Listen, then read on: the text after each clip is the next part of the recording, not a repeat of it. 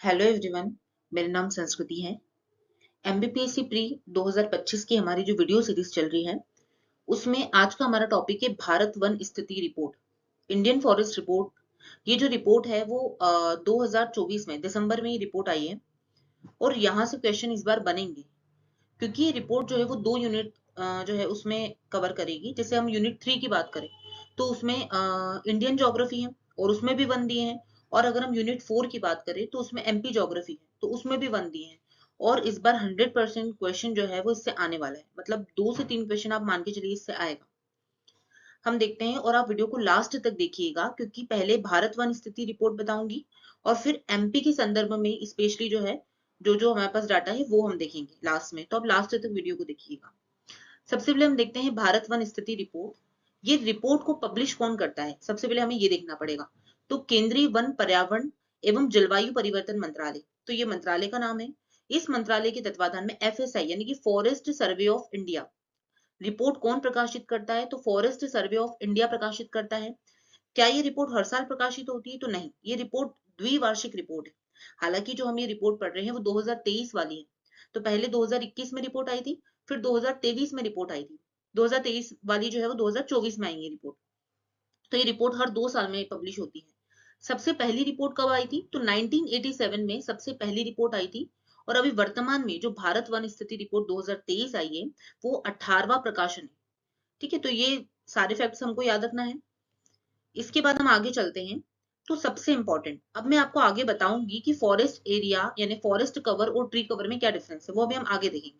पर अभी हमको क्या याद रखना है कि कुल वन और वृक्ष क्षेत्र जो है वो कितना है। पूरे भारत का हम देख रहे हैं तो पूरे भारत का कुल वन और वृक्ष क्षेत्र 8,27,357 स्क्वायर किलोमीटर है। तो भारत का कुल वन और वृक्ष क्षेत्र अगर दोनों को मिला ले तो कितना है, 8,27,357 वर्ग किलोमीटर। अब इसको अगर हम कंपेयर करें 2021 से, तो 2021 की जो फॉरेस्ट रिपोर्ट थी तो हमारे वन क्षेत्र में वृद्धि हुई है, मतलब 1445 वर्ग किलोमीटर की वृद्धि हुई है भारत के वन क्षेत्र में। मतलब इसमें वन और वृक्ष दोनों क्षेत्र आ गए। हम देखेंगे कि हमारा जो फॉरेस्ट और ट्री कवर अगर हम दोनों को मिला लें तो कुल भौगोलिक क्षेत्र का कितना परसेंट है, वो तो 25.17% है।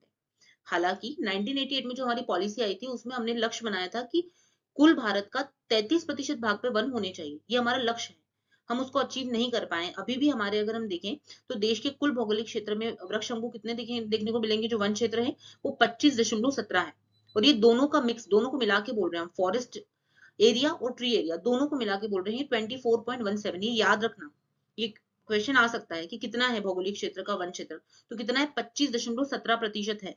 और अगर हम इसका फिगर देखें तो 8,27,357 वर्ग किलोमीटर 2021 की तुलना में वृद्धि हुई है। अब ये जो 8,27,357 वर्ग किलोमीटर है इसमें से फॉरेस्ट एरिया कितना है और ट्री एरिया कितना है।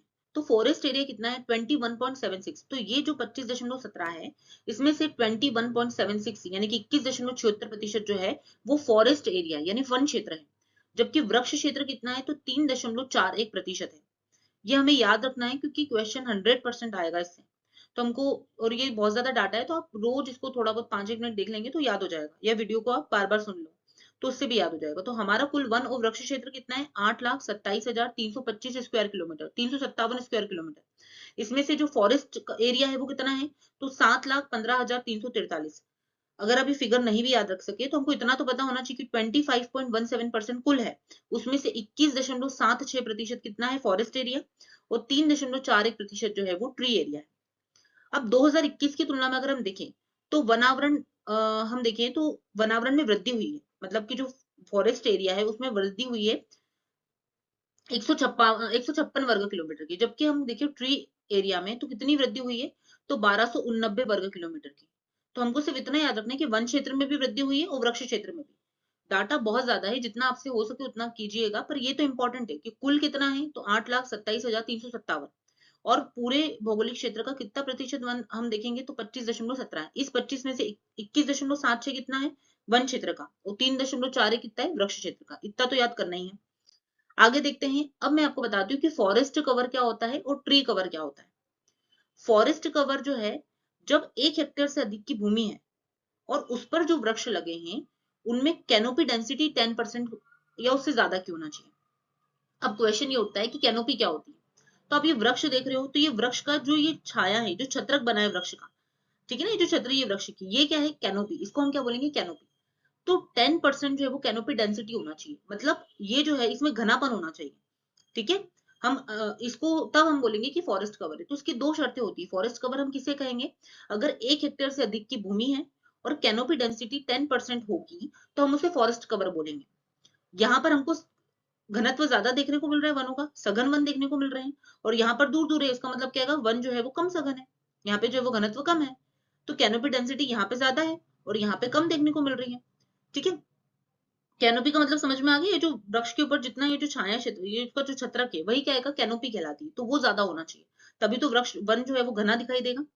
अब इसके आधार पर अगर हम देखें तो फॉरेस्ट को बांट सकते हैं। अगर 70% से ज्यादा कैनोपी डेंसिटी है, मतलब वो क्या होगा, वेरी डेंस फॉरेस्ट होगा, अत्यधिक सघन वनों का क्षेत्र होगा।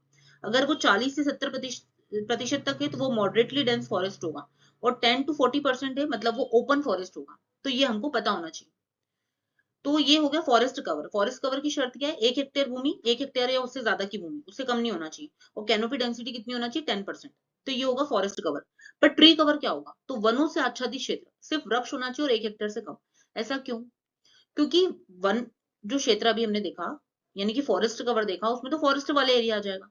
पर क्या फॉरेस्ट के बाहर जो है वो पेड़ नहीं उगते हैं क्या, हमारे घरों के आसपास देखेंगे हम, सड़कों पे देखेंगे हम, तो वो भी तो है ना। तो फिर उसको हम ट्री कवर में इंक्लूड करते हैं। तो ट्री कवर में एरिया कम होगा, 1 हेक्टेयर से कम क्षेत्र होगा, और वृक्षों से आच्छादित क्षेत्र, इसे हम बोलेंगे ट्री कवर। ये दोनों में बेसिक डिफरेंस है, फॉरेस्ट कवर और ट्री कवर में।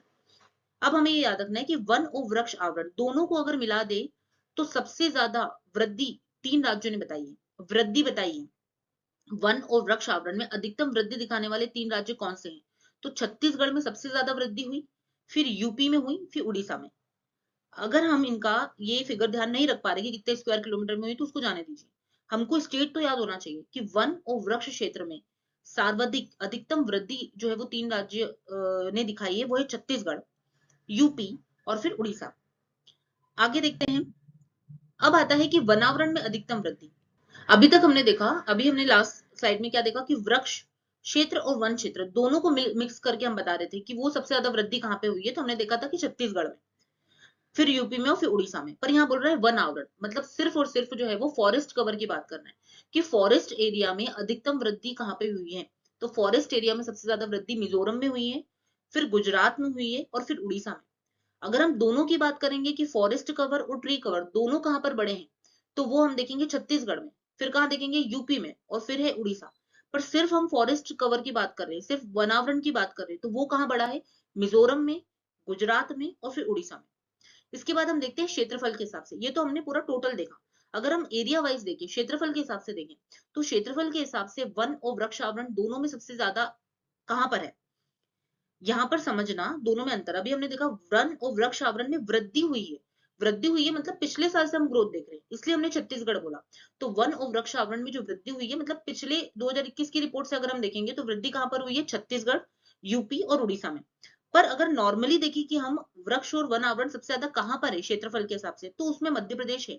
ये डाटा बहुत इंपॉर्टेंट है कि क्षेत्रफल के हिसाब से अगर हम पूरे भारत में देखें कि सबसे ज्यादा वन और वृक्ष आवरण कहाँ है, तो वो एमपी में है। कितना, तो ये फिगर हमको याद करना पड़ेगा क्योंकि एमपी का है 85,724 वर्ग किलोमीटर। तो एमपी के कुल क्षेत्रफल के इतने एरिया में आपको, मतलब कुल क्षेत्रफल में हम देखेंगे तो 85,724 वर्ग किलोमीटर पे आपको वन और वृक्ष आवरण देखने को मिलेगा। मध्य प्रदेश के बाद अरुणाचल प्रदेश, और फिर उसके बाद महाराष्ट्र। तो इसके 3 राज्य तो याद रखना है, एमपी, अरुणाचल प्रदेश और महाराष्ट्र। यहाँ पे क्षेत्रफल के हिसाब से वन और वृक्ष आवरण हमेशा अगर हम देखेंगे तो ज्यादा होता है। आगे हम देखेंगे कि क्षेत्रफल की दृष्टि से सबसे ज्यादा वन क्षेत्र वाले 3 राज्य अगर हम देखें तो वो मध्य प्रदेश है, अरुणाचल प्रदेश है और छत्तीसगढ़ है। वन क्षेत्र है, वन क्षेत्र मतलब क्या, हम फॉरेस्ट एरिया की बात कर रहे हैं। इसके बाद हम देखेंगे परसेंटेज के हिसाब से। अभी हमने दोनों देखा, वन और वृक्ष क्षेत्र दोनों के हिसाब से क्षेत्रफल सबसे ज्यादा कहाँ है, तो एमपी देखा, अरुणाचल प्रदेश देखा और महाराष्ट्र देखा, दोनों के हिसाब से। पर अगर क्वेश्चन आ जाए कि सिर्फ वन क्षेत्र सबसे ज्यादा कहाँ है, तो उसमें भी एमपी है, उसमें भी अरुणाचल प्रदेश ही है, पर थर्ड क्या होगा, महाराष्ट्र नहीं होगा, थर्ड क्या होगा, छत्तीसगढ़ होगा। अब आता है परसेंटेज के हिसाब से। तो परसेंटेज के हिसाब से मतलब कुल भौगोलिक क्षेत्रफल जो है उसके कितने ज्यादा प्रतिशत पे हम देख रहे हैं कि वन है। तो परसेंटेज के हिसाब से वनावरण सबसे ज्यादा कहाँ है, वनावरण बोला जा रहा है, मतलब कि फॉरेस्ट एरिया सबसे ज्यादा कहाँ है, तो लक्षद्वीप। परसेंटेज के हिसाब से देखेंगे तो लक्षद्वीप है, फिर मिजोरम है, और फिर अंडमान निकोबार है। तो जहां वर्षा ज्यादा होगी वहीं होगा। तो परसेंटेज के हिसाब से और एरिया के हिसाब से भी, अगर एरिया कम है तो परसेंटेज के हिसाब से हम देखिए तो वनावरण सबसे ज्यादा कहाँ पर है, तो लक्षद्वीप, मिजोरम और अंडमान निकोबार। ये बहुत कंफ्यूजन पैदा करेगा आपको, पर बार बार रिवाइज करना पड़ेगा याद करने के लिए, और क्वेश्चन 100% इससे 2 या 3 क्वेश्चन आएंगे इस बार। फिर हम देखेंगे सबसे ज्यादा वृक्ष क्षेत्र, अभी हमने देखा फॉरेस्ट एरिया, अब हम देख रहे हैं ट्री एरिया। तो ट्री एरिया सबसे ज्यादा कहां पर है, महाराष्ट्र में, फिर कहां होगा, राजस्थान में, और फिर यूपी में। सबसे पहले हमने क्या देखा कि वन और वृक्ष सबसे ज्यादा कहां पर है क्षेत्रफल के हिसाब से, तो वो हो गया महाराष्ट्र, एमपी हो गया।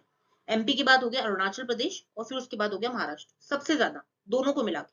फिर हमने देखा वनावरण, मतलब कि फॉरेस्ट एरिया सबसे ज्यादा कहां पर है, तो उसमें भी हमने एमपी देखा, फिर अरुणाचल प्रदेश देखा, और उसके बाद हमने देख लिया छत्तीसगढ़। ठीक है, ये हमने फॉरेस्ट एरिया देखा है, समझना। फिर हमने परसेंटेज के हिसाब से देखा, पहले हमने क्षेत्रफल के हिसाब से देख लिया, फिर परसेंटेज के हिसाब से हमने देखा कि कहां पर सबसे ज्यादा है, तो लक्षद्वीप है, फिर मिजोरम है, और फिर अंडमान निकोबार है।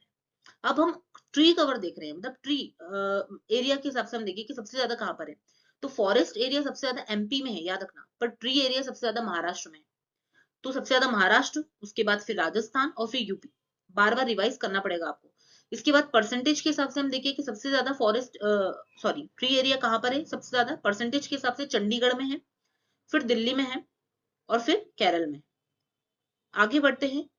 इसके बाद है वनावरण में कमी, क्योंकि अभी हमने देख लिया कि वनावरण में वृद्धि कहां पर हुई है। तो अभी हमने देखा था कि वनावरण में वृद्धि कहां पर हुई है, तो हमने 4 राज्य देखे थे कि जहां पे वनावरण में वृद्धि हुई, तो उसमें हमने देखा था छत्तीसगढ़, फिर हमने देखा यूपी, मतलब उसको हमने दोनों को देखा था, वनावरण और वृक्षावरण, तो हमने देखा था छत्तीसगढ़, यूपी और फिर उड़ीसा। अब वनावरण में कहीं ना कहीं कमी भी आई होगी, तो उसमें एमपी है। मतलब जनरली अगर हम देखें कि क्षेत्रफल की दृष्टि से एमपी में बहुत सारे वृक्ष और वन है, ठीक है, तो उसमें तो एमपी का पहला स्थान है। पर अगर हम तुलना करें 2021 की रिपोर्ट से, तो एमपी में कमी आई है, वनावरण में कमी आई है एमपी में। तो मध्य प्रदेश में वनावरण में कमी आई है सबसे ज्यादा, उसके बाद आंध्र प्रदेश है, फिर तेलंगाना है, और फिर त्रिपुरा है। फिर हम देखते हैं कि 19 राज्यों और केंद्र शासित प्रदेशों में 33% से अधिक वन है। मतलब अगर हम देखें, क्योंकि हमारी पॉलिसी जो 1988 की थी, उसमें हमने बोला था कि हमारा लक्ष्य 33% वन कुल भौगोलिक क्षेत्र का। तो अभी हमारे देश में 19 राज्य या केंद्र शासित प्रदेश ऐसे हैं जहां पर पहले से जो हम देखें तो 33% वन है, जबकि 8 राज्यों में 75% से ज्यादा फॉरेस्ट है। कुछ एक्स्ट्रा फैक्ट्स भी है, आप चाहे तो याद करें, नहीं तो आप इसको स्किप भी कर सकते हो। तो 8 राज्यों में 75% से ज्यादा फॉरेस्ट कौन कौन से राज्य हैं, मिजोरम, लक्षद्वीप, अंडमान निकोबार, मेघालय, त्रिपुरा और मणिपुर, क्योंकि नॉर्थ ईस्ट के राज्यों में रहेगा ही ज्यादा फॉरेस्ट। इसके बाद वृक्ष, क्योंकि वर्षा ज्यादा होती है। इसके बाद हम देखेंगे मैंग्रोव। मैंग्रोव क्या होते हैं, तो मैंग्रोव जो फॉरेस्ट होते हैं वो समुद्र के किनारे उगने वाले वृक्ष होते हैं, जो दलदल एरिया थोड़ा सा रहेगा, खारे पानी, तो वहां पर ये उगते हैं। तो देश में अगर हम कुल मैंग्रोव आवरण देखें तो कितना है, 4992, 4992 स्क्वायर किलोमीटर है मैंग्रोव आवरण। और कुल आवरण का कितना है, हम ये क्वेश्चन आ सकता है कि देश के कुल भौगोलिक क्षेत्रफल में कितने प्रतिशत भाग पे मैंग्रोव पाए जाते हैं, तो मात्र 0.15%, 0.15%। सबसे ज्यादा मैंग्रोव कहाँ मिलेंगे, आपको वेस्ट बंगाल में देखने को मिलते हैं, और आप सुंदरबन डेल्टा, ये जो सुंदरबन वन है वहां पे दिखते हैं आपको मैंग्रोव। तो पश्चिम बंगाल में सबसे ज्यादा है, फिर दूसरे नंबर पे है गुजरात, तीसरे पे है अंडमान निकोबार, और चौथे पे है आंध्र प्रदेश। और पिछले वर्ष से आंध्र प्रदेश में सबसे ज्यादा वृद्धि हुई है। तो मैंग्रोव का आपको देखना पड़ेगा एरिया कितना है, तो पूरे देश के कुल भौगोलिक क्षेत्रफल के 0.15% भाग पे मैंग्रोव है। और कितने हैं, 4992 स्क्वायर किलोमीटर। सबसे ज्यादा कहाँ मिलते हैं, पश्चिम बंगाल, गुजरात, अंडमान निकोबार और फिर Andhra. Top 10 countries, top 10 countries for average annual net gain in forest area, मतलब फॉरेस्ट एरिया में जिनने वृद्धि करी है। अगर हम देखें तो उसमें चाइना सबसे ज्यादा है जिसने फॉरेस्ट एरिया में वृद्धि करी है, तो उसमें पहले नंबर पे चाइना है, सेकंड पे है ऑस्ट्रेलिया, और इंडिया का तीसरा स्थान है इसमें। Top 3 states where fire incidents have been observed, मतलब कि जो वनों में आग लग जाती है, वैसे इंसिडेंट सबसे ज्यादा कहाँ पे देखने को मिल रहे हैं, अगर हम भारत में देखें तो उत्तराखंड में सबसे ज्यादा है, फिर उड़ीसा में है, और फिर छत्तीसगढ़ में। आगे देखते हैं, देश में वनों का कुल कार्बन स्टॉक। कार्बन स्टॉक क्या होता है, तो वन कार्बन को क्या करते हैं, हमको पता है ऑक्सीजन देते हो, कार्बन डाइऑक्साइड को जो है वो जितने भी ग्रीन हाउस गैसेस होते हैं उसको ऑब्जर्व करते हैं ना। तो कुल कार्बन स्टॉक अगर हम देखें तो कितना है, 7285.5 मीट्रिक टन, इतना है देश में कुल कार्बन स्टॉक। और कार्बन स्टॉक में वृद्धि हुई है 81.5% की। अगर हम देखें सबसे ज्यादा कार्बन स्टॉक कहां पर है, तो अरुणाचल प्रदेश, एमपी का सेकंड रैंक है इसमें, और फिर छत्तीसगढ़। तो फिर एमपी है इसमें, इसलिए महत्वपूर्ण हो जाता है कि कुल कार्बन स्टॉक में सबसे ज्यादा कार्बन स्टॉक अरुणाचल प्रदेश, फिर मध्य प्रदेश, और फिर है छत्तीसगढ़। फिर आता है बैम्बू बियरिंग एरिया, बैम्बू मतलब बांस। तो सबसे ज्यादा बांस जो है वो कितना, सबसे ज्यादा हम देखेंगे तो एमपी में है। तो फिर ये हमारे लिए इंपॉर्टेंट हो जाता है कि सबसे ज्यादा जो है वो बैम्बू वाला एरिया कहाँ पर है, एमपी में। उसके बाद है अरुणाचल प्रदेश, उसके बाद है महाराष्ट्र, और फिर है उड़ीसा। तो सबसे ज्यादा बैम्बू कहाँ पर है, एमपी में है, फिर अरुणाचल प्रदेश, फिर महाराष्ट्र, और फिर उड़ीसा। आगे बढ़ते हैं। तो अभी तक हमने भारत के संदर्भ में पूरी रिपोर्ट देखी, जिसमें हमने एमपी को भी देखते गए। पर अब जो हमको देखना है मध्य प्रदेश के संदर्भ में वन स्थिति रिपोर्ट। 100% इससे क्वेश्चन आएगा ही आएगा। मतलब अगर हमको एमपी के वन पढ़ रहे हैं तो उसमें इस रिपोर्ट से ही क्वेश्चन है इस बार। अगर हम देखिए कि एमपी के संदर्भ में, तो सबसे ज्यादा वन आच्छादित क्षेत्रफल, क्योंकि अभी हमने देखा कि क्षेत्रफल की दृष्टि से सबसे ज्यादा वन कहां पर है, तो वो एमपी में ही है। तो वो है। इसके बाद कुल क्षेत्रफल, कुल वन क्षेत्रफल कितना है एमपी में, 77,073 किलोमीटर, 77,073 स्क्वायर किलोमीटर कुल वन क्षेत्रफल है एमपी में, वन क्षेत्रफल है। इसके बाद हम देखते हैं कि सबसे सघन वन क्षेत्रफल कितना है, तो 7,021 है। मध्यम जो है वो 33,508 है। खुले वन जो है वो 36,543 है। तो आप जो है वो बार बार इसको देखेंगे तो ही याद होगा। इसके बाद हम देखते हैं, आगे बढ़ते हैं। मध्य प्रदेश के कुल क्षेत्रफल के 25%, जैसे हमने भारत का देखा कि कितना है, वैसे ही हम एमपी का देखेंगे कि कुल क्षेत्रफल के कितने प्रतिशत भाग पे वन है, तो 25% भाग पर है। फिर ऐसे क्वेश्चन बहुत आते हैं, जैसे सबसे ज्यादा झाड़ीदार वन कहाँ है, तो मुरैना में है। सबसे कम झाड़ीदार वन कहाँ है, तो हरदा में है। मध्य प्रदेश में कुल कार्बन स्टॉक, क्योंकि मैंने आपको अभी बताया कि सबसे ज्यादा जो कार्बन स्टॉक है वो हमने देखा था शायद आंध्र प्रदेश ना, उसके बाद एमपी देखा था, सेकंड पे एमपी है। तो कुल कार्बन स्टॉक कितना है, 608.4 मीट्रिक टन। कुल कार्बन स्टॉक कितना है एमपी का, 608.4 मीट्रिक टन। अभी हमने देखा कि सबसे ज्यादा बैम्बू कहाँ पर है, तो एमपी में सबसे ज्यादा जो है वो बैम्बू है, उसके बाद अरुणाचल, उसके बाद महाराष्ट्र, फिर उड़ीसा। तो सबसे ज्यादा बांस का उत्पादन कौन करता है, मध्य प्रदेश। आगे देखते हैं, सबसे ज्यादा वनावरण वाले जिले। वनावरण मतलब वही फॉरेस्ट एरिया, फॉरेस्ट एरिया सबसे ज्यादा कहाँ पर है, तो बालाघाट, जहां पर वर्षा ज्यादा होगी, क्योंकि हमको पता है कि दक्षिण पूर्वी जिले में सबसे ज्यादा वर्षा होती है, तो वही वाले जिले होंगे। तो सर्वाधिक वनावरण वाले जिले कौन से होंगे, तो बालाघाट होगा, फिर छिंदवाड़ा होगा, बैतूल होगा, मंडला होगा, इसके बाद श्योपुर। श्योपुर इसमें क्यों आया, क्योंकि श्योपुर का एरिया कम है, इसलिए वनावरण वहां पे ज्यादा आ गया होगा। ये तो देखा जाए तो श्योपुर में वर्षा कम होती है। तो सर्वाधिक वनावरण वाले जिले कौन कौन से हो जाएंगे, तो बालाघाट, छिंदवाड़ा, बैतूल, मंडला और श्योपुर। पर सबसे कम अगर हम वनावरण देखिए कि सबसे कम कहाँ मिलेगा, तो वो है शाजापुर, उज्जैन, आगरमालवा, निवाड़ी और रतलाम। तो सबसे कम वनावरण कहाँ पर है, तो शाजापुर में है, ये याद रखना है। ऐसे क्वेश्चन अगर आपने previous year question paper solve कर रहे होंगे तो आपको समझ में आएगा कि ऐसे क्वेश्चन आए हैं, और आपको जो है वो फिर आपको बताना पड़ता है कि टॉप पे कौन सा है, फिर सेकंड पे कौन सा है, ऐसे जो है वो क्वेश्चन आए हुए हैं। आगे देखते हैं, सार्वधिक वनावरण का परसेंटेज। अभी तक हमने क्षेत्रफल देखा कि सबसे ज्यादा क्षेत्रफल में कहाँ है, तो हमने देख लिया बालाघाट, छिंदवाड़ा, बैतूल, मंडला, और फिर श्योपुर देखा। पर अब अगर हम परसेंटेज के हिसाब से देखें तो सबसे ज्यादा परसेंटेज आपको उमरिया में देखने को मिलता है, फिर आपको बालाघाट में देखने को मिलता है, फिर श्योपुर में। तो सबसे ज्यादा परसेंटेज में हम देखेंगे तो उमरिया, बालाघाट, श्योपुर, मंडला और सीधी। एमपी का तो याद ही करना है हमको अच्छे से। न्यूनतम वनावरण परसेंटेज वाले जिले कौन से हो जाएंगे, तो उज्जैन है। तो सर्वाधिक वनावरण की परसेंटेज हम देखेंगे तो उमरिया, बालाघाट है, फिर श्योपुर है, मंडला और सीधी है। पर सबसे कम अगर हम परसेंटेज में देखें कि वहां पर वन है, तो वो उज्जैन होगा, फिर शाजापुर होगा। तो उज्जैन, शाजापुर, आगरमालवा, रतलाम और राजगढ़, ये हमको अच्छे से याद करना है। आगे देखते हैं, वनावरण में वृद्धि दर्शाने वाले राज्य। मतलब 2021 से अगर हम देखें, 2021 में जो रिपोर्ट आई थी उसकी तुलना में 2023 में वनावरण में वृद्धि कहाँ हुई है, तो भिंड, फिर रतलाम। तो वनावरण में वृद्धि कहाँ हुई है, तो भिंड में हुई है, फिर रतलाम में हुई है, फिर निवाड़ी में हुई है, फिर दतिया में हुई है, और फिर मुरैना। तो सर्वाधिक कहाँ है, भिंड, रतलाम, निवाड़ी, दतिया और मुरैना। जबकि कमी कहां पर हुई है, तो हम देखेंगे दमोह में, सागर में, श्योपुर में, गुना में और सिवनी में। आप नहीं पांच पांच राज्य याद कर सकते, तो कम से कम तीन तो हमको करना ही है। इसके बाद आगे देखते हैं, सबसे ज्यादा वन वाले नगरीय निकाय कौन से हैं, इसको आप याद करना चाहे तो कर ले। सर्वाधिक वन वाले नगरीय निकाय जो है वो चित्रकूट है, फिर मलाजखंड है और फिर शिवपुरी है, जबकि सबसे कम हम देखेंगे तो चंदेरी है और चित्रकूट है। आगे बढ़ते हैं। वन अग्नि, तो फॉरेस्ट फायर सबसे ज्यादा कहां पर लगी, तो रायसेन में लगी और उसके बाद देवास में, जबकि सबसे कम अगर हम देखें तो छिंदवाड़ा में। इसके अलावा RFA रिजर्व फॉरेस्ट एरिया में शीर्ष 5 प्रजातियां हैं, मतलब सबसे ज्यादा हमारे यहाँ जो वृक्ष है वो कौन से वाले हैं, तो सागौन के सबसे ज्यादा है, फिर साल है, फिर तेंदू है, फिर बकली है और फिर भारतीय गम ट्री। इस प्रकार हमने फॉरेस्ट सर्वे ऑफ इंडिया और उसका MP के संदर्भ में वो पूरा कंप्लीट किया है। ये लेक्चर को आप बार बार सुनेंगे तो भी आपको याद हो जाएगा, और रोज 5 मिनट का समय निकाल के आप इसको देखना, क्योंकि 2 से 3 नंबर भी इंपॉर्टेंट है। एक एक नंबर से, एक एक क्वेश्चन से जो है वो बाहर हो जाते हैं बच्चे, इसलिए हमको ये अच्छे से कंप्लीट करना है। अगर आपको लेक्चर अच्छा लग रहा है तो आप ज्यादा से ज्यादा लोगों को शेयर कीजिए, उसको लास्ट तक देखिए और मेरे चैनल को सब्सक्राइब कीजिए।